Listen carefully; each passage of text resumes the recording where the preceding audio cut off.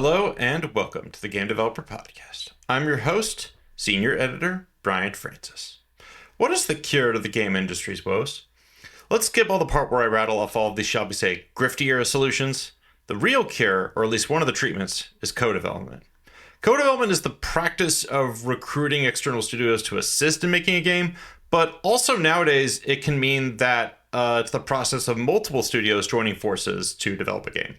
By distributing the number of people working on a game across different companies, studios can lower overhead, diversify risk, and reduce the odds of utter devastation if a game underperforms.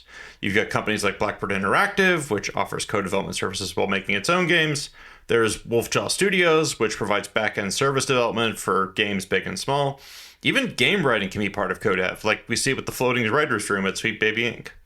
Today, we're talking to the CEOs of all three companies, Rory McGuire, Mitch Patterson, and Kim Belair, to talk about their experiences in co-development and why companies like theirs, and not giant studios or publishers, represent the next stage of the game industry.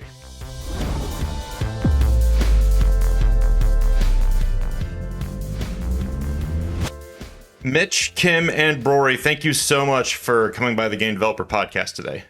Thank you for having us. Yeah, pleasure. Yeah, thanks for having me. All right, let's get things going. I'm going to ask a question I'd love to hear an answer from each of you for. So in order, I'd love to hear from Kim, Mitch, and Rory on this. When I've been explaining co-development around my workplace, I've been sort of surprised at how it doesn't immediately make sense to people who are less experienced with game production.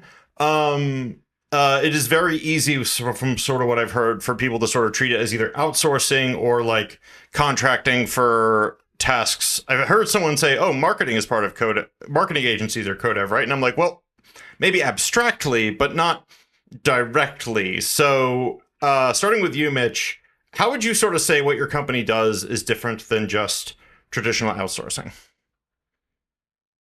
Yeah, I mean, the big thing that Wolfjaw Studios has done is we're very focused on what we do.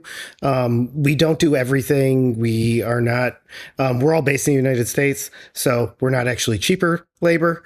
In some instances, we're actually more expensive. But what we do is we bring sort of a very specialty niche of skills. So, I mean, Wolfjaw Studios specifically focuses on back-end network infrastructure, online tooling. So when someone wants to do that, they come on and they reach out to us. And a very interesting thing outside of just hiring contractors or offshoring is we get brought in and we work with the leadership teams. We help them design what they're going to be working on. And we don't actually work on measurables at all. We're actually brought in and say here is the giant task at hand. Let's all get this done. And we kind of stick around forever. Yeah, Kim, how would you address someone saying, "Oh, is what you guys do just outsourcing?" So I think as you've kind of said, the line is sometimes blurry, right? But I think the difference, I think Mitch said it very clearly right there, which is that you kind of come in with a huge task that you're going to do, and it's not when we're outsourcing, because I have done outsourcing in the past, or I've done that personally, and what that looks like is okay, here's what we're going to do, here's what the contract looks like, versus I think, at least for us, and especially in narrative, it's, hey, come on board, talk to the core team, and let's see if we can carry this vision forward, however it's going to work. And I think the assumption that for me is a bit different with outsourcing versus co-dev is you're coming in with craft and experience that they really are asking for. They're kind of please come and zero in on this element of game dev, versus a little bit more come join the team for a little bit of work, or come do this one assignment. It really is blending those teams together in a different way and a different level of trust. And I think it really comes with a different level of responsibility as well. What are your thoughts? Yeah, the analogy I always use, I would have been a fourth generation contractor or construction, is it's very similar to trades in building a house, where you have a contractor that's responsible for framing the house and essentially drafting to the architectural plans, but then you bring in trades to do specialized things like tile or an electrician, things like that. we would essentially be tradespeople. We have a specialty. We're very good at it. As Mitch said, it might be we're cheaper, but oftentimes it's also we're more expensive because we are specialized. We help the overall project. We help the overall contractor fulfill building the house. Yeah. Rory, I really like what you said there about bringing it back, from like construction and the trades and construction, because this is also kind of like, because this relates to labor, like this is sort of about,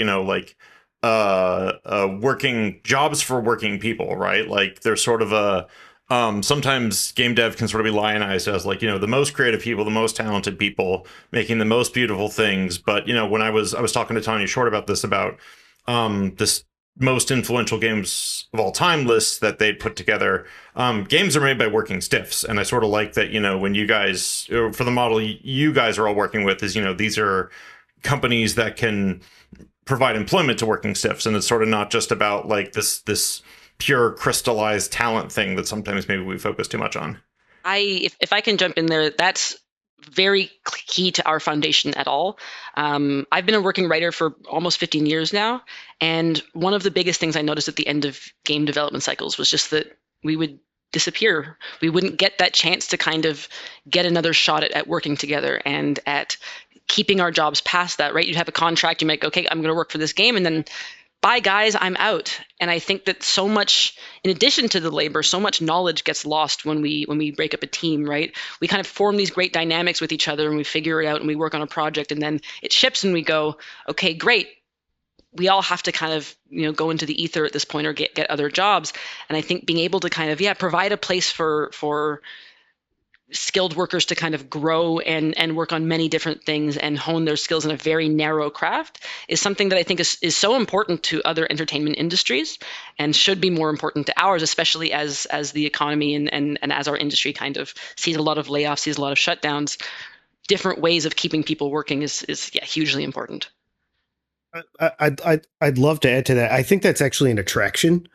A lot of my staff has come and said one of the things they love is, hey, for 2 years I can work on name AAA title, and then at some point a new title comes on into our client list, and they're like, I'd really like to work on that, and their skill sets match up, and now they can work on multiple different games instead of where in the old model you worked at a studio, you worked on a game, and yep, that was it. No, the diversification and the ability to work on different projects and see how different teams operate, it also kind of gives you that skill where eventually you kind of go, oh, I've seen this before on this project. I can apply a quicker solution now. And I always think of it as like, we're like mechanics or thinking about it. And it's like, yes, you can have somebody who's in-house and look at that, but this is all that we look at. And we've seen 18 versions of this and can kind of come in with, hey, we solved this over here, let's solve that over there. And I really appreciate that versatility.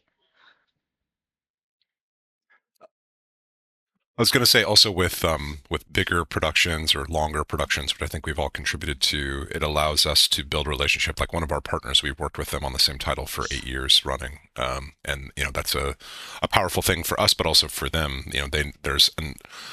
It's at that point it's almost like a personal relationship where they know what we're going to say, what we're going to do, what our shortcomings are, what our strengths are, as a company and as individuals, and that is, it's special. But also the ability to be able to contribute to multiple projects and contribute to multiple things. It's a real strength. Kim, I'd love to dig into something interesting about how game dev, builds these models versus other kinds of businesses. You talked about writing before, about how writers sometimes, sort of fade away at the end of the project. But also, like, if I'm being fair to someone, still learning about like how games are written, period, let alone how your guys' model works with this. I think it's fair for people to say like, oh, well, wait a minute, wouldn't the core people on the team, the core creatives, wouldn't they be handling the writing, right? Like, shouldn't this story thing, doesn't that come out of there? Like, what does a team of outside writers like do for this kind of process? Are you able to sort of elaborate on that? Like, thinking about, someone who's genuinely just absolutely. I think that for us especially, there's so many different models of working that way. Like, there are times when we have been the entire writing team for a given project, but there are other times when they have one or two people on staff who's like a narrative lead or a senior or even a junior, and we'll just come in and kind of supplement that and work with them. And other times we'll come in and kind of help an existing writing team because we've learned, oh, maybe there's a DLC, maybe there's something else extant that we need to get done, and there needs to be more bodies thrown at the problem and more brains kind of thinking about it. But I do think that that's the crux of it that you're kind of bringing up, which is that line is very hard to understand because it often is a textural experience. It's often that you're coming in and you are partners with that team, and so they're going to treat you differently. And I think for us, that means that when you're coming in and you're talking to a team and you're spending years with them, you are working there. That is as good as a relationship as you can have, and you have an intricate understanding of it.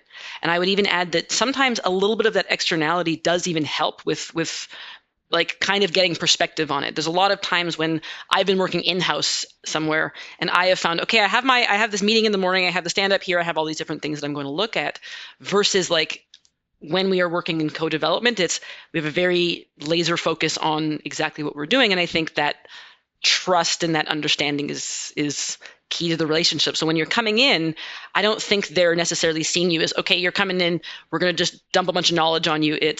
There is institutional knowledge here that we're going to exchange, and a blending of cultures, of knowledge, of understandings. And that to me is the crucial element that makes it a little bit different, or at least that a lot of people I think miss in their understanding of how it is.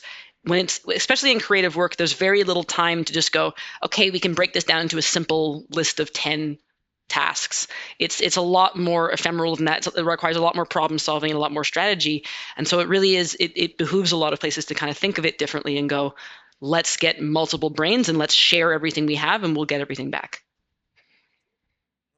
Rory, I'd love to, one of the reasons I was excited to get you guys in is you guys made one of my, I have a long list of favorite games, and Hardspace Shipbreaker is on that list of favorite games. It's just such a cool, we talked about working stiff saver. That is a game about labor. Thank you. You guys, you do co-dev, but you do also sort of have this B2C business, right? Like you've been making the Homeworld games, you have Hardspace.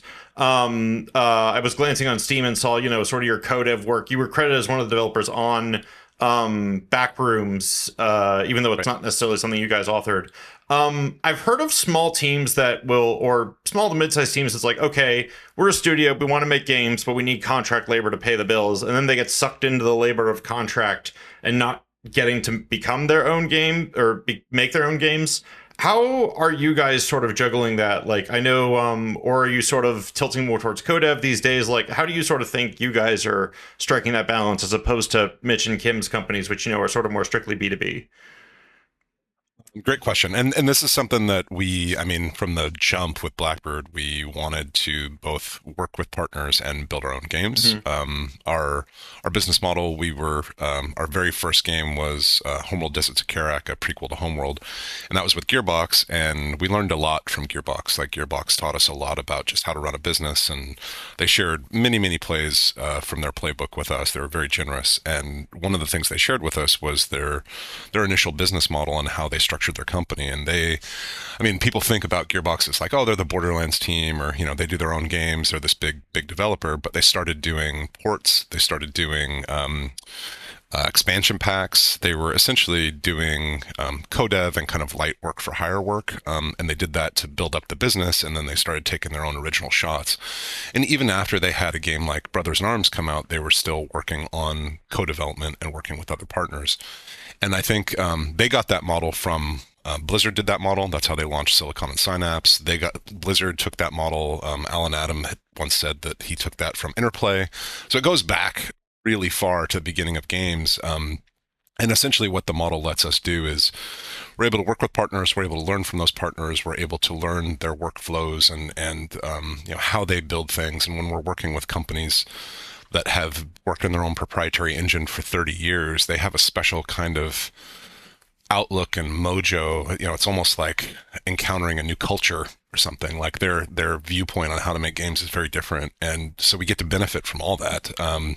There's actually an interview with Randy Pitchford where he said Gearbox was inspired to make Borderlands by looking at how Halo structured their weapon components and how their weapons had individual components that they could just add. And one of their designers was like, what if we just randomized the components and we just made random weapons? And that ultimately led to Borderlands. So I think there's a lot you can learn from partners, and for us, it's essentially a pillar of the business, and then we also take the profits from that, and essentially any cream that we get from working with partners, we reinvest into ourselves and we make our own games. So that's Shipbreaker, as well as some other original IP that we've done as well. And I think that in and of itself is a challenge. There's a lot of ships that have crashed on those rocks. I think it's very easy.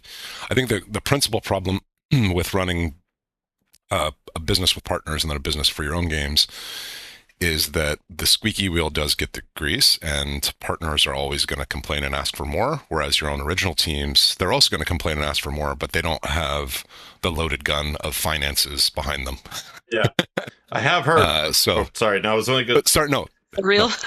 I was gonna say, I was actually talking to another dev about this structure about, co-dev playing a bigger role in game development, and they were looking at you like sort of bemused because they were like some of the first studios they worked at in like the 2000s. It's like you said, this goes back to Gearbox, this goes back to Interplay. Like some of this is very familiar. So, in some ways, unfortunately, game dev is doing it again, right? Like we're relearning lessons from 20 years ago. We're reinventing the wheel. But I'd certainly rather be reinventing this wheel than reinventing new ways to do crunch. Yes. Yeah. Good idea. I think that's a good call. Yeah. Yes, absolutely. Yeah. Mitch, we talked previously about how your team is sort of more than just engineers. Like you guys have some like producing roles, etc. What kind of roles does a sort of back-end solution, like what do you guys bring to the table beyond just like here are some smart people who know how to keep your server standing up, I guess? Like what other kinds of roles does a company like yours hire for? I think when I first started the company, I started it with the basic thing of everyone that I met that worked at a game studio didn't want to work on infrastructure. Yeah, they were creatives, and the whole servers and accounts, and don't worry about that. Like we'll get to that later. So I was like, I'm going to start a company that does something that no one at the game studio wants to do. And then, we kind of came in and, live service games have spun up, and multiplayer games and games have become more social. So the interesting thing is we bring a lot of the experience in how to create a multiplayer game to some of these studios that are 20, 30 years old that have only created single player games. And then the interesting thing is, you hear of Unreal or Unity. The majority of our clients are on proprietary engines and proprietary stacks. So the one thing that we've tried to do is hire smart people, but also get like an understanding of like holistically how to build a back end, or holistically how to create integrations, so that people can continue operating, with their engine that was made in 1998, but is now being utilized for an open world simulation game that it was never intended to use. So that's like, I'd say our biggest sort of point is we can kind of help take this very old, or it worked, and sort of modernize it, but keep them going, because every time someone's like, a game just should update to a new engine has no idea what they're talking about. I think everyone in the room shuddered a little at that. Yeah. Open-ended. We've talked a little bit about bringing shared knowledge from company to company. The fact that all of you, sort of have the advantage of, we learned this thing on this project. We can more quickly bring lessons from there to over here.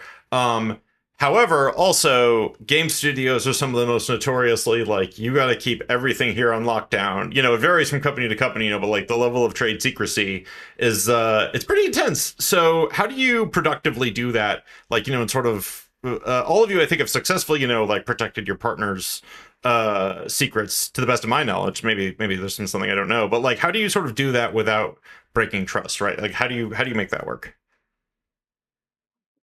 I think on our side, at least, and I say this from like we're a narrative, so a lot of it is very clear what secrets you can't don't divulge anything. I think creative or about the creative or about the story, but I think that largely what we've really learned, I think, from a lot of this is narrative production and just the hows. And those, I think, are techniques that are kind of evergreen. They are kind of good to bring to whoever.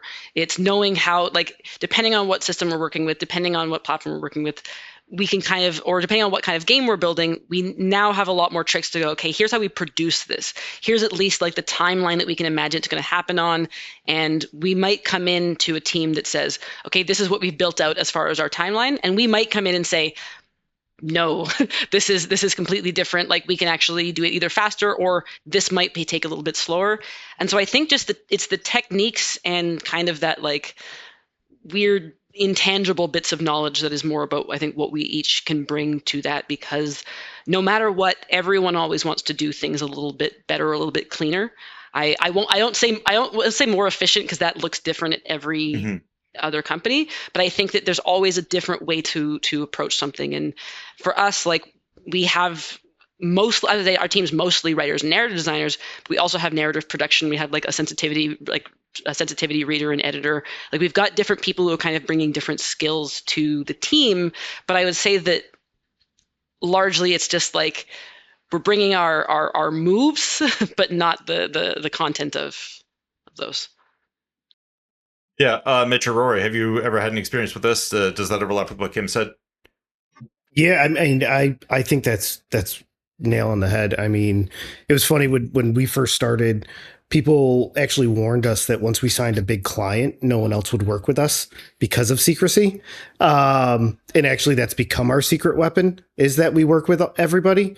So we know how things work. I mean, being trusted and not sharing secrets should just be something everybody does. Yeah. But the number one thing we do, I totally agree with Kim. It's understanding how to do it.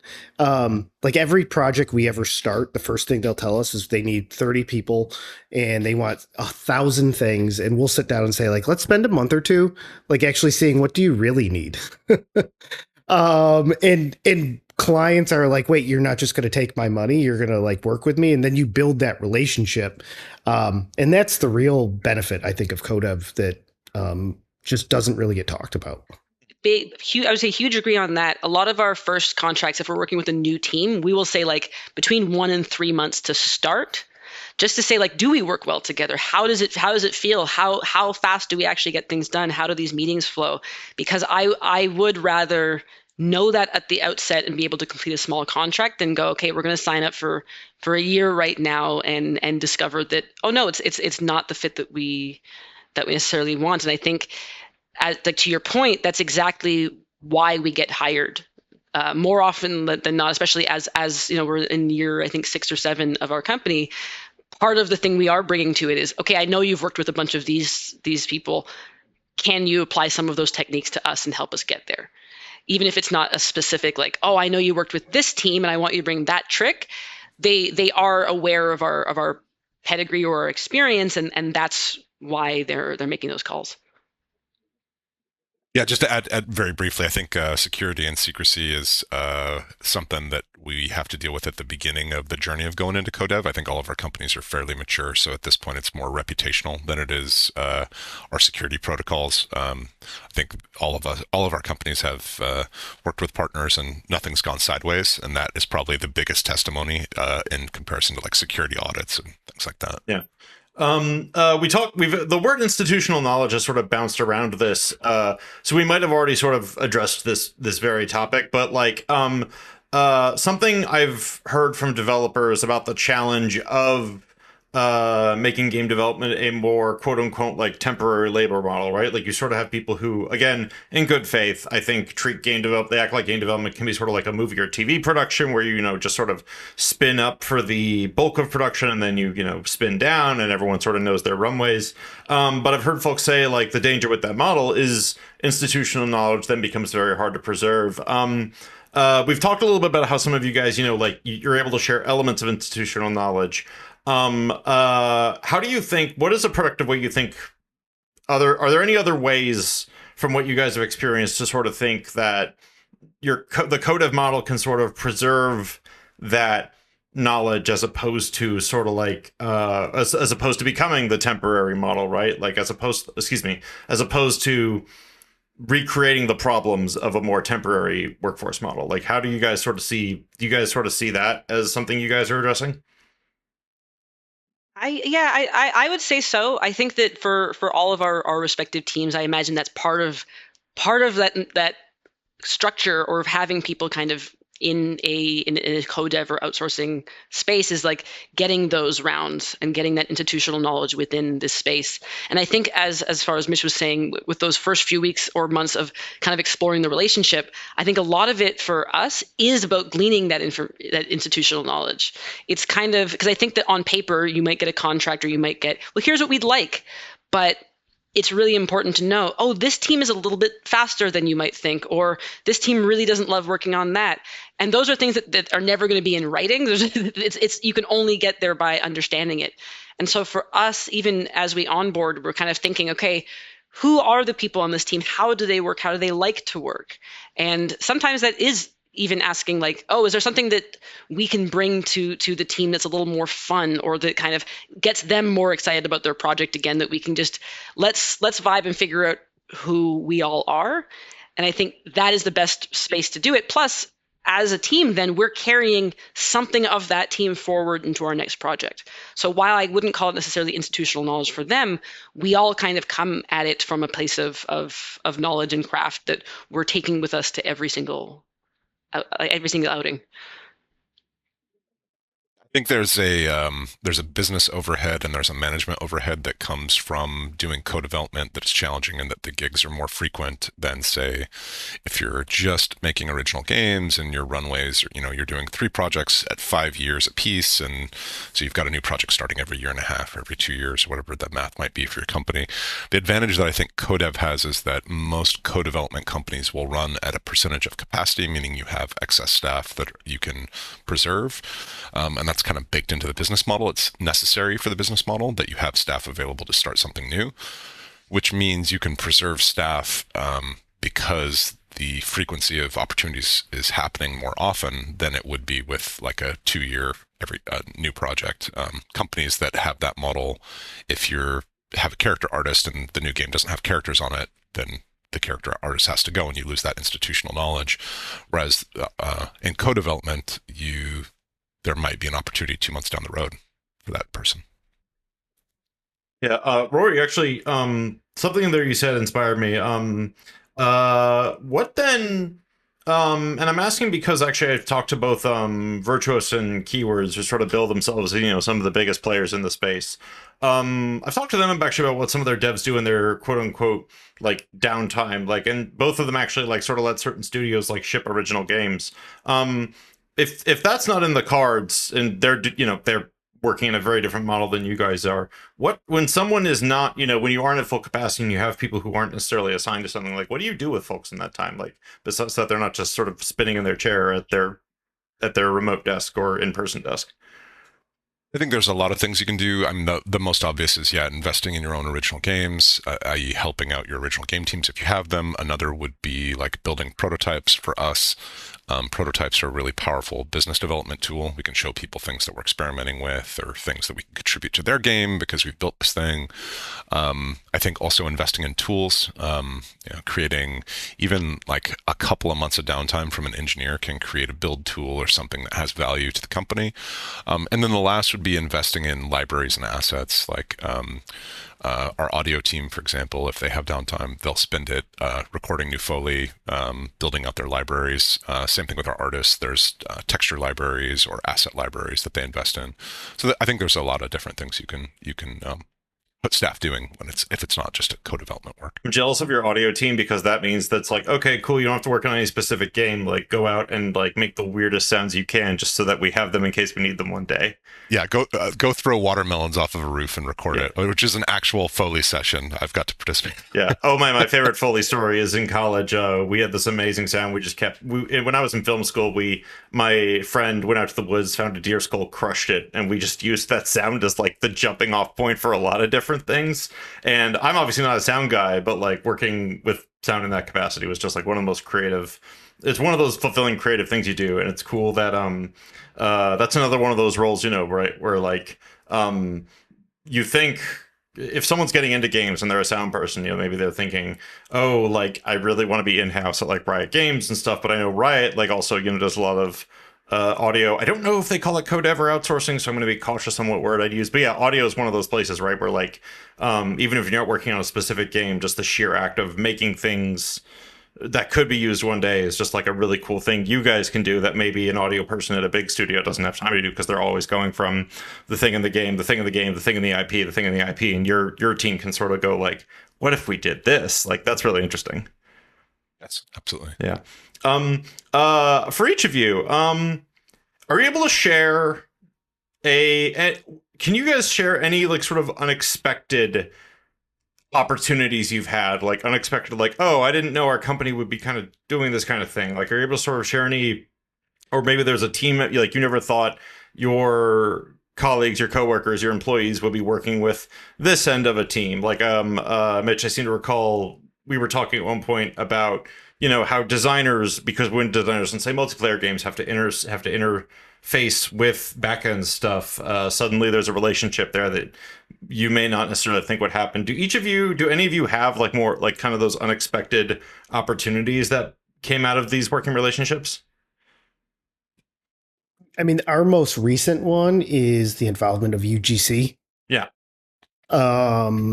With the world and things, the successes of Roblox and things like UEFN now, and pretty much everyone looking at UGC as an option and a path forward. There has been a giant request, and suddenly they need to build tools, and they need to build systems, and they need to build companion websites. So that's been the one thing where suddenly we're getting pulled into what we call front end, but it's because it's more website or tooling or dashboard, as opposed to, network infrastructure types of stuff. So suddenly we're doing a lot more of that work that we didn't actually set out to do, but really does fall in our wheelhouse. I think on our side, it probably is narrative production in a major way, and also of kind of, I think, being a complete quote unquote writers team for a project is something that initially we were very much joining existing teams, or we were consulting. We were kind of talking about story, helping other teams get there. And I think that has shifted over the years to be more of just like, okay, we know you're all set to go, come and do that.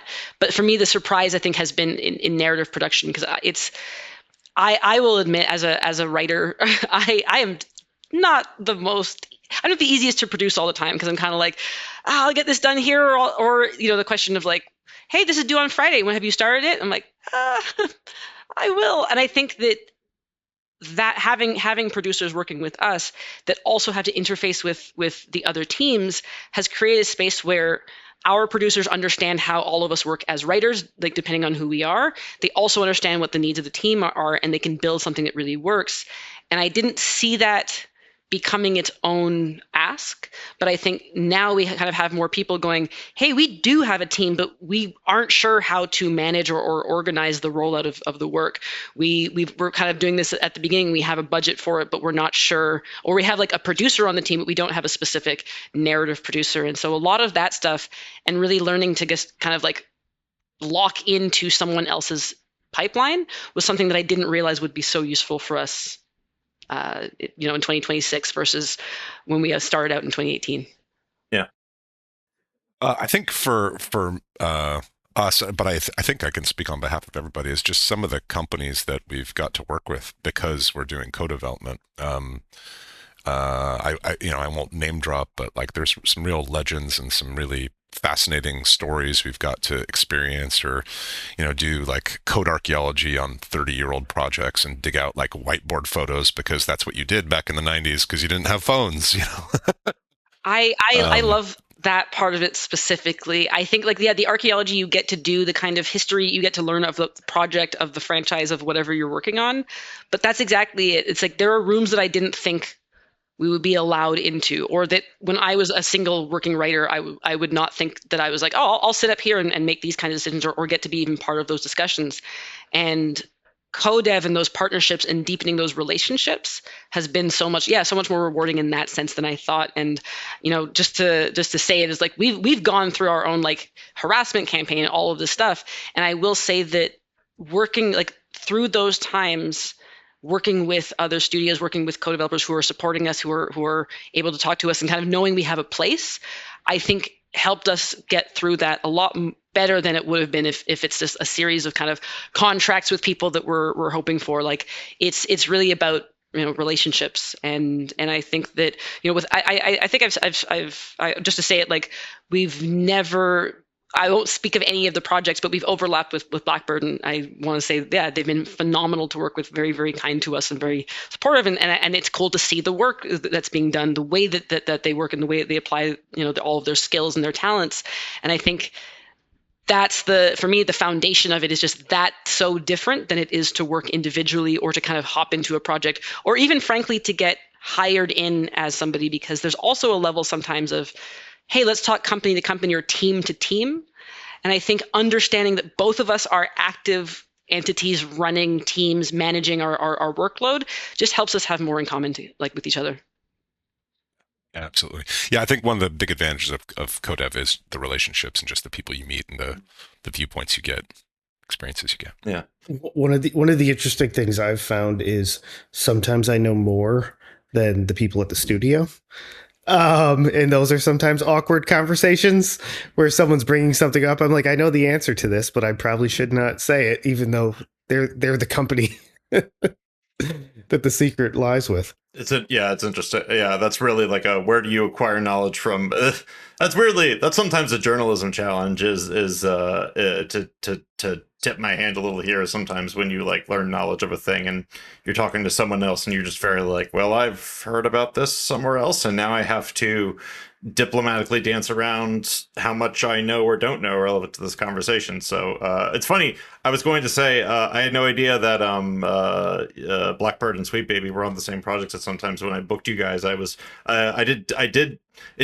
did so not knowing that, which just sort of speaks to like how codev still kind of happens in not the shadows per se, but maybe more like the underlit areas of the city, I guess. That I didn't know that.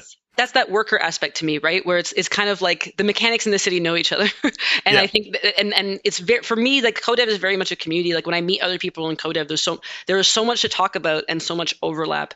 And it doesn't matter. Yeah. If you're doing backend, if you're doing live service, if you're doing game design, if you're doing narrative, we might have different skills, but like the ways that we operate and the ways that the ways it feels to kind of lock into a different team, there's so much similarity and so much to discuss, but it is also in many ways like a world apart.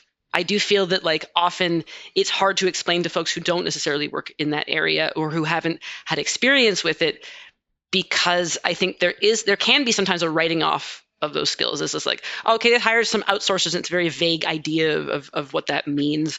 Or often I think we unfairly associate like outsourcing with the idea of like a lesser skill versus no, you're calling someone in because they really have that skill. They have that skill and they can come in with a scalpel. And I think that contributes to that feeling of, oh, no one knows what's going on. But I would also say that for a lot of reasons, like our industry doesn't have a lot of transparency around labor in general. And I think that one, that needs to change. And two, I think that codev is part of the change for the good in terms of discussing how we actually make games versus how people, I think, perceive games are made. Yeah, right. Like if you're looking at I'm going to use Marvel's Avengers here that Crystal Dynamics led development on as, like a solid answer. This strange lack of transparency that you're talking about led to a confusing situation where because that game had support from, I believe it was Virtuos. If I'm wrong, I'm very sorry. There was a situation where someone who worked on that game from a Virtuos subsidiary who went on to work at another studio, because their title at Virtuos was director of some kind, so it's looked like game director, and they made a comment about the game. Suddenly, you have outlets right there running like, oh, Marvel's Avengers game director says this about the game.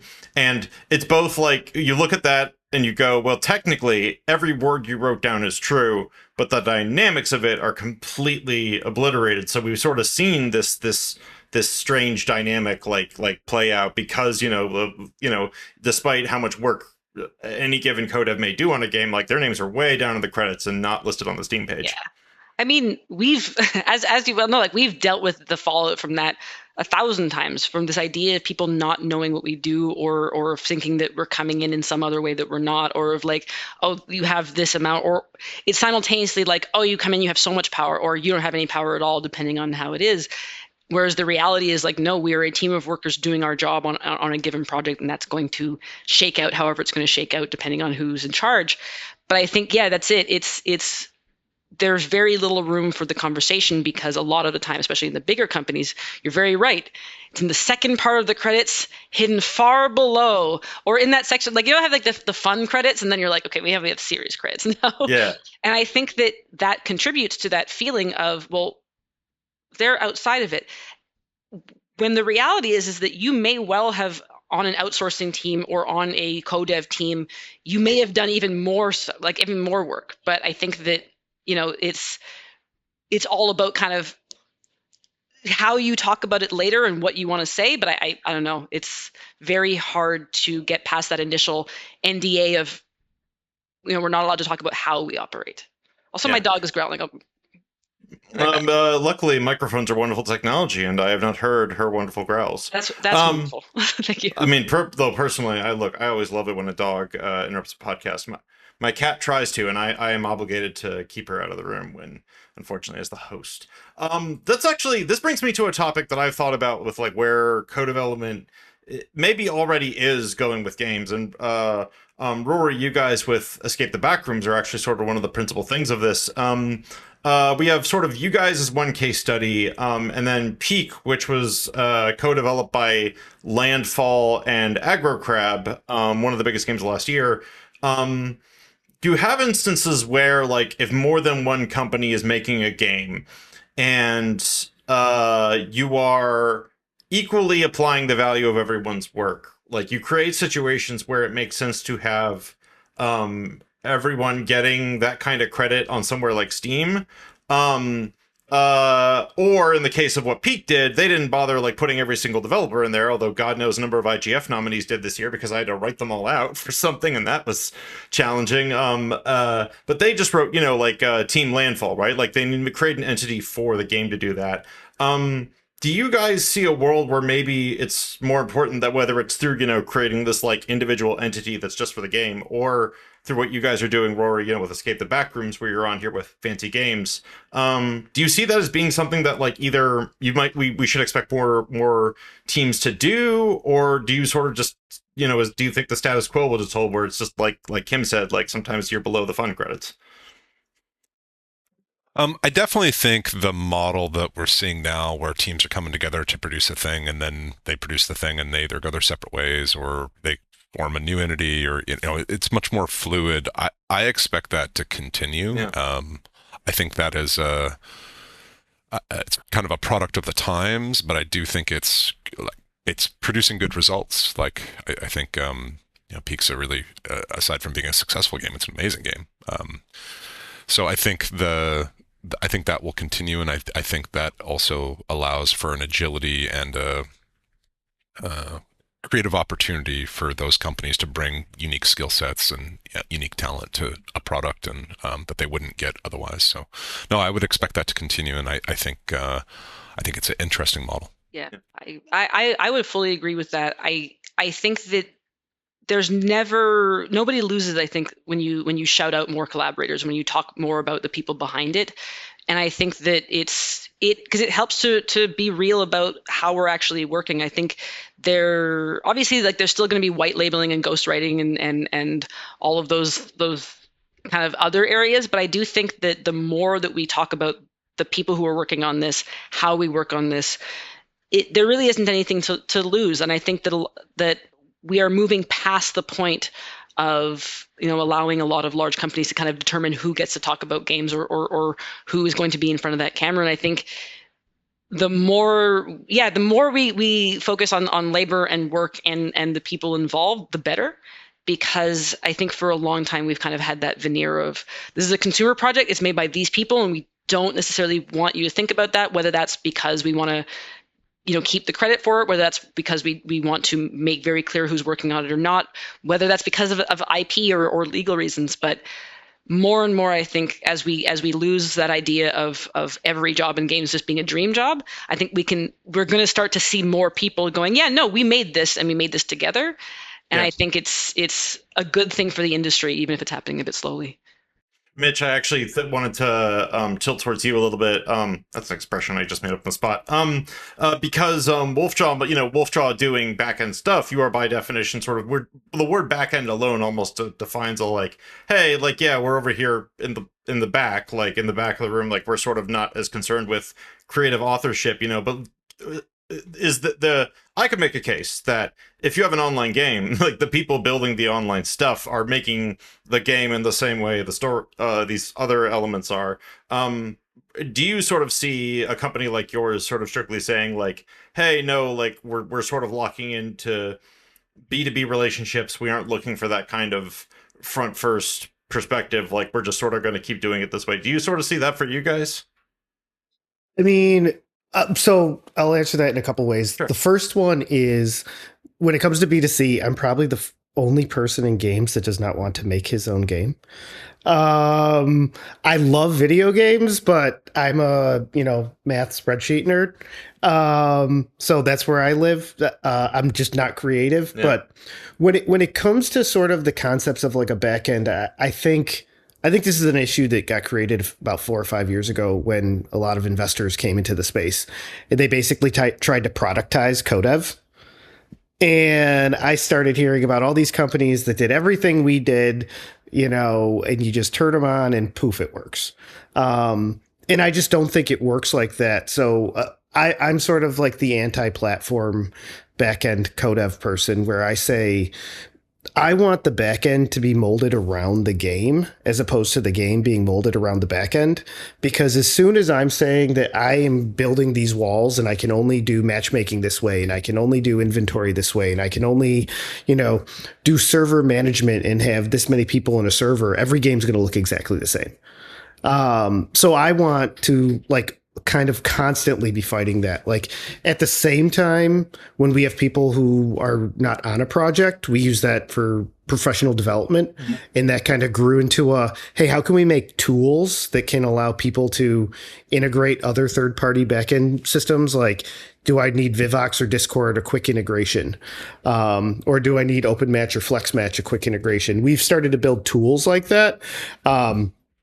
But for the foreseeable future, I don't see a world where we're kind of pushing a product as opposed to pushing Wolfjaw. And, the way we build and the way we work, I always say it's Wolfjaw as a service. Yeah.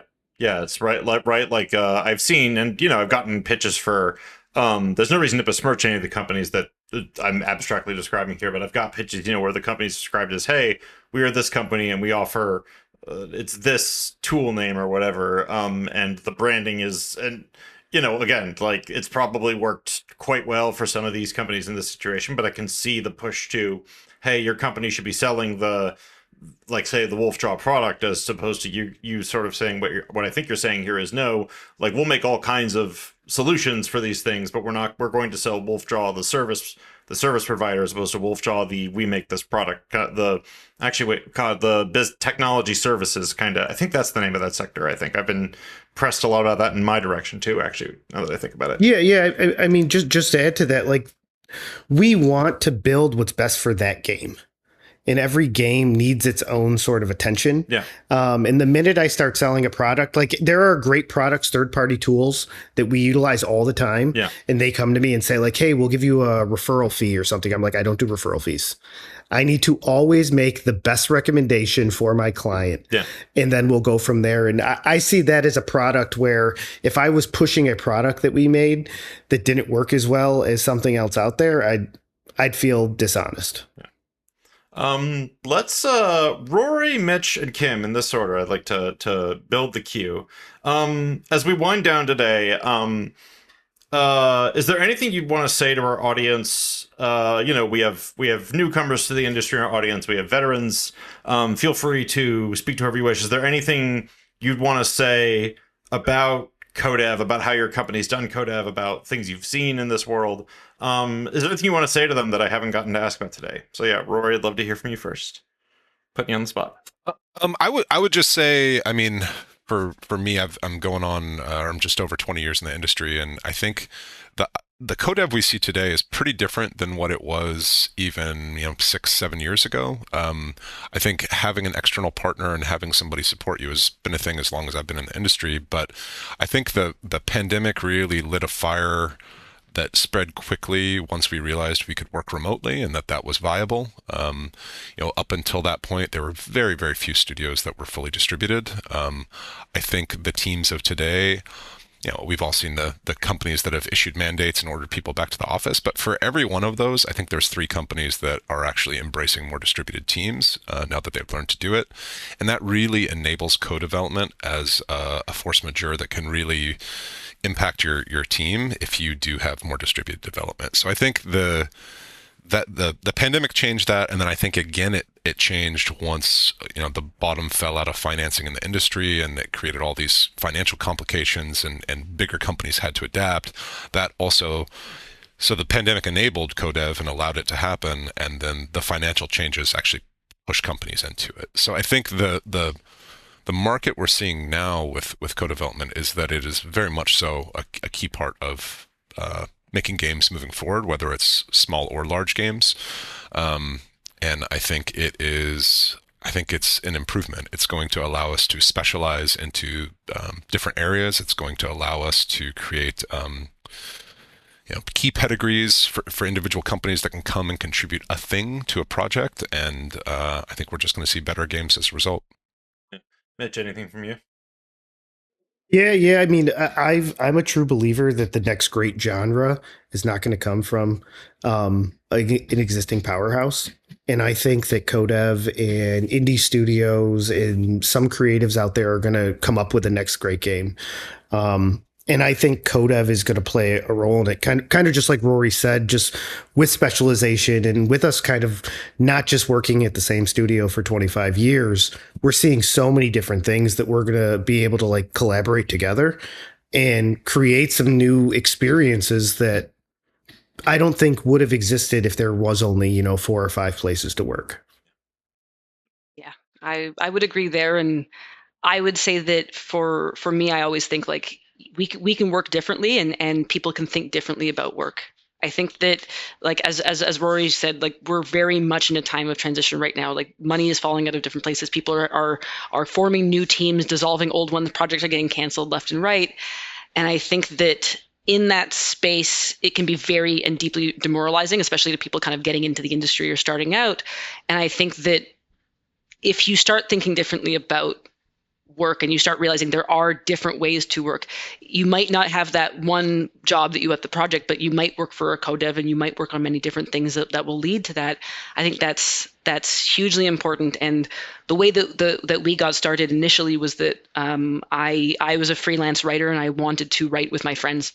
I said, hey, could we take this contract together? And from that, it was like, wait a second.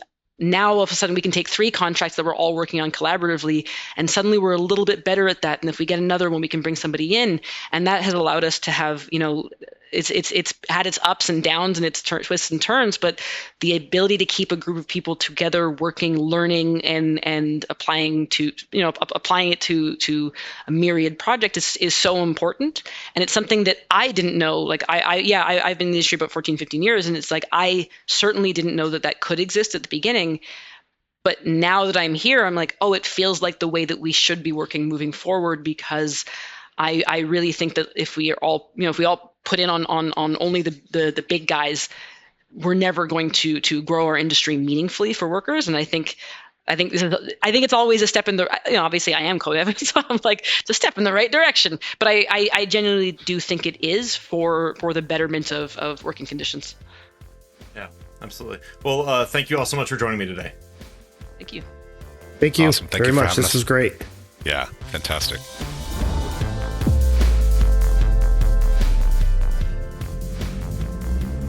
Thanks again to Rory, Mitch, and Kim for coming on the podcast today. You can find more info on Blackbird Interactive, Wolfjaw Studios, and Sweet Baby Inc. down in the show notes. For more from us at Game Developer, be sure to visit www.gamedeveloper.com, follow us on major social platforms, and subscribe to this podcast on Spotify, Apple Podcasts, or wherever you listen to podcasts. You can find me on Blue Sky at bryantfrancis.me. Today's episode was edited by Pierre Landreau, and our theme music is by Mike Meehan. Thanks for listening. Co-development is sort of dry stuff, but it means a lot to me. I've heard people say the game industry doesn't need as many workers, that smaller teams can produce better games, and that writers, artists, and designers shouldn't expect to find regular work. I hate that idea.